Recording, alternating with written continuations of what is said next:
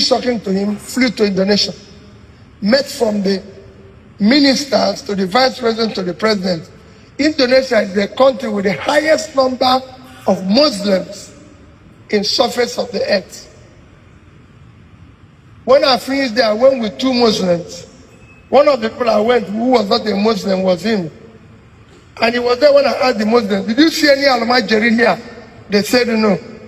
So I asked the president, why don't you have people who are begging all over the place? Because it's a Muslim culture. He said, what am I talking? That are in factories working. Why would they be begging for food? Are they not educated? Try to educate your people and they become productive. I said to them, he followed me to the Sultan's place. In front of the Sultan's house was big statue of Jesus Christ.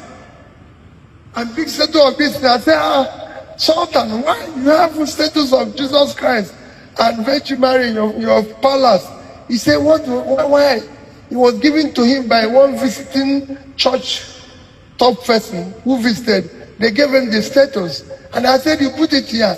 And your head of Muslim. He said, that's very good status. So why is our own different? So we can go on and congrats.